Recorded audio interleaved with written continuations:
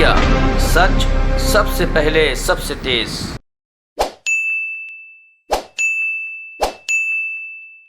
नमस्कार। Sir audio चली गई।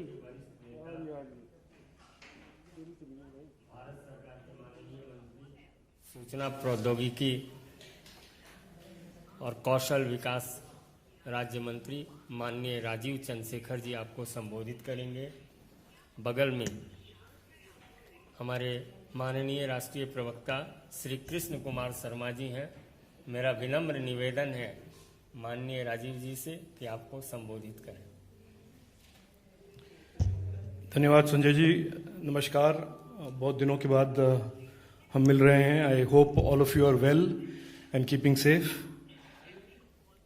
I am here to speak a little bit about our Honorable Prime Minister's visit to the US. You have already seen the briefing from the Foreign Secretary and other places within the government, but I will try and add a little bit more to what has been said already. Our Prime Minister, Honorable Prime Minister, is visiting USA and is meeting President Biden for his first in-person visit since the COVID pandemic. And since the COVID pandemic. And as we like to characterize this visit, the world's most popular democratically elected leader is meeting the President of the US.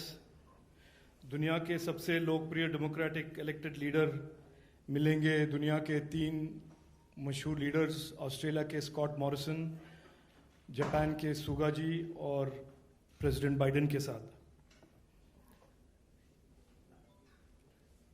He will, as the government has already announced through the Foreign Secretary, our Honorable Prime Minister will also meet Vice President Kamala Harris and discuss, amongst many other things, with the US administration and at the Quad, terrorism, critical and emerging technologies, cyber security, education, etc. But इसका अगर हम थोड़ा back story देखें, over the last 18 months, India has fought and is fighting along with the rest of the world and slowly but surely prevailing over the unprecedented challenge of the COVID pandemic. और जैसे पूरे विश्व का ये एक issue बन गया था कोविड पैंडेमिक, इंडिया के लिए कोविड ही नहीं, प्रधानमंत्री नरेंद्र मोदी जी के नेतृत्व में we had to also deal with terrorism और एंड एक्सपेंशनिज्म। कोविड, आतंकवाद, विस्तारवाद से हम लड़े हैं और हमने प्रधानमंत्री मोदी जी के नेतृत्व में हमने इन तीनों इश्यूज को डील कर जीता भी है।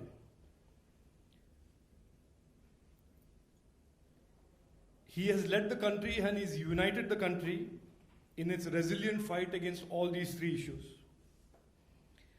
And one of the important points that the world is recognizing about our Honorable Prime Minister's leadership is not only have we fought these 3 very difficult challenges over the last 18 months, but he has, and his government has, vaccinated 81 crore vaccinations. Our economy has rebounded strongly and has received record FDI over $65 billion.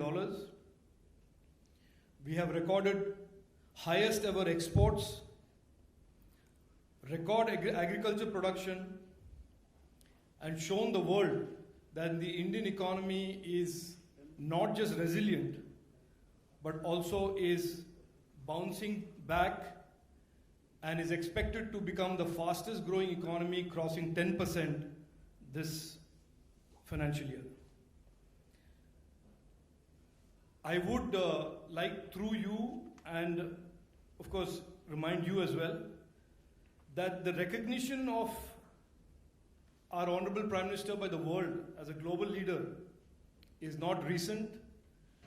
Over the last 7 years, he has been recognized by countries across the globe, ranging from Saudi Arabia and United Arab Emirates on one end to Russia and France and many other countries with global recognition and awards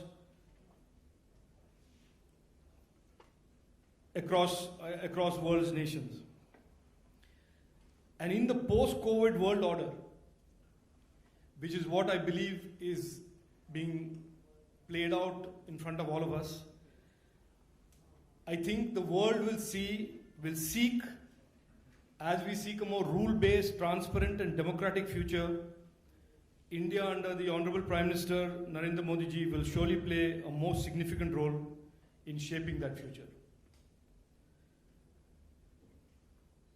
बोलने के लिए और कुछ बहुत है, but I will summarize this by saying this is a vindication of the last 7 years of Prime Minister Narendra Modi ji's foreign policy of keeping India first, nation first, कि आज on the global stage, under his leadership, India is playing a significant role in shaping the future of the world and shaping the future of the economy, trade and technology.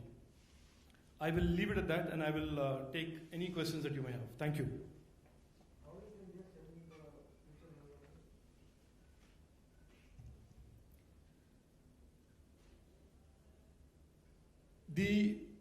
Everybody today recognizes that in the post-COVID world, there are going to be tectonic changes in the way we view economy, trade, bilateralism, and in all of these areas, our economy, our surging strengths in terms of attracting investments will shape the future of supply chains. As you know yourself, that there is hardly a company in the world today that is not rushing to India to set up a manufacturing investment. In the last 24 months alone, we have attracted significant amount of investments in areas that we have never attracted investments before, for example, electronics manufacturing. And in a lot of ways, that and closer cooperation between like-minded countries like the US and India will shape the future of what we believe as in what the world believes should be a more transparent world order in terms of not just technology, but in terms of everything, including rule-based, open access to the Indo-Pacific region, etc., which the Foreign Minister and the Foreign Secretary have already alluded to.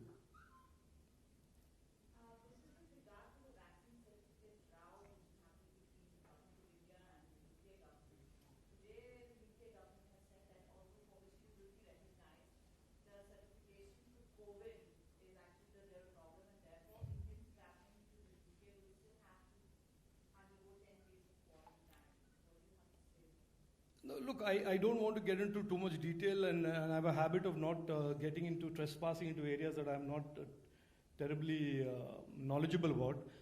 I will only leave this thought with you that during COVID, the height of fear and paranoia in countries about travel in general and travelers in particular is high, and unexpectedly so. So they have throughout the entire 18 months, you've seen restrictions placed by many countries on people traveling in and out of the country.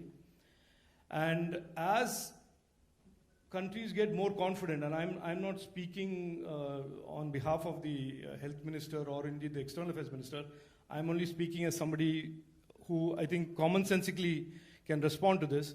I think these things have to evolve as the assessment of risk of the disease gets mitigated over time. Till such time, every sovereign government, every sovereign country will take decisions which they believe are in the best interest of their people. And I put it down to that. I don't think this is anything more than that, and I'll leave it at that.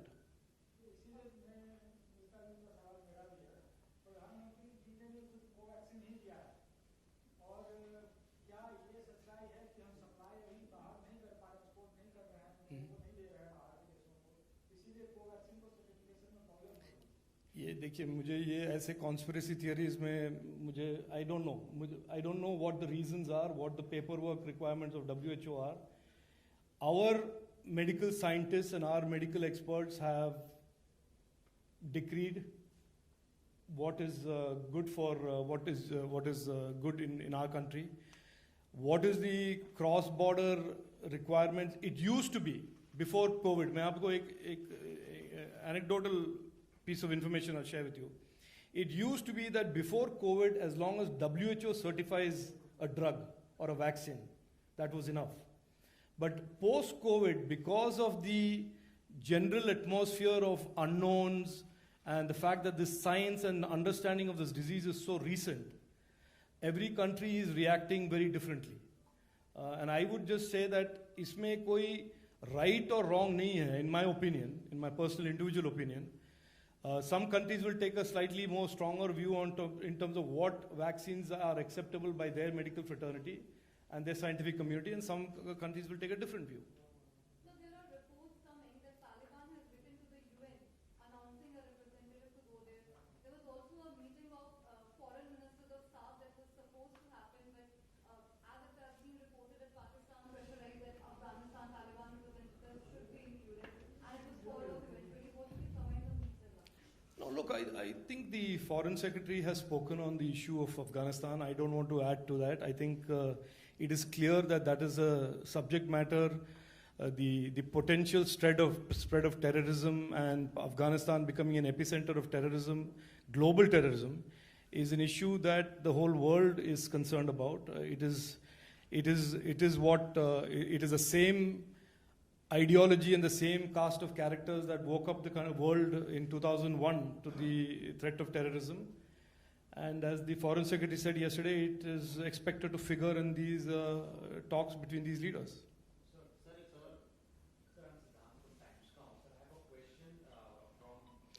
May I request something? I think, I'm here essentially to talk about the trip.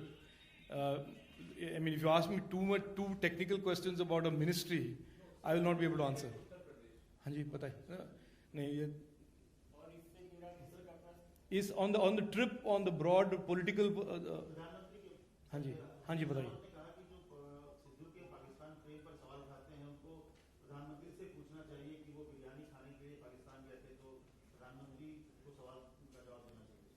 किस सवाल का कि बाजवा भाई है हाँ अच्छा ठीक है अभी पूछ लेंगे अभी किसको पूछना है किससे पूछना है in my opinion at a time when the world is seized of the threat of global terrorism for a political party to be calling the head of an organization that has responsible for more innocent victims being killed than any other organization in the world, which is the Pakistani army, to call them their brother, I can only leave it for you to consider how sane or appropriate that is. Politics मैं जानता हूँ politics खेलना सबका एक जिम्मेदारी है जो भी है, but थोड़ा ऐसे irresponsible levels तक जाना where the whole world considers the Pakistan army a rogue organization and that has caused so many lives to be lost, उसके हेड को हम अगर भाई बनाएंगे तो मैं क्या कहूँ? I mean, thank you, धन्यवाद.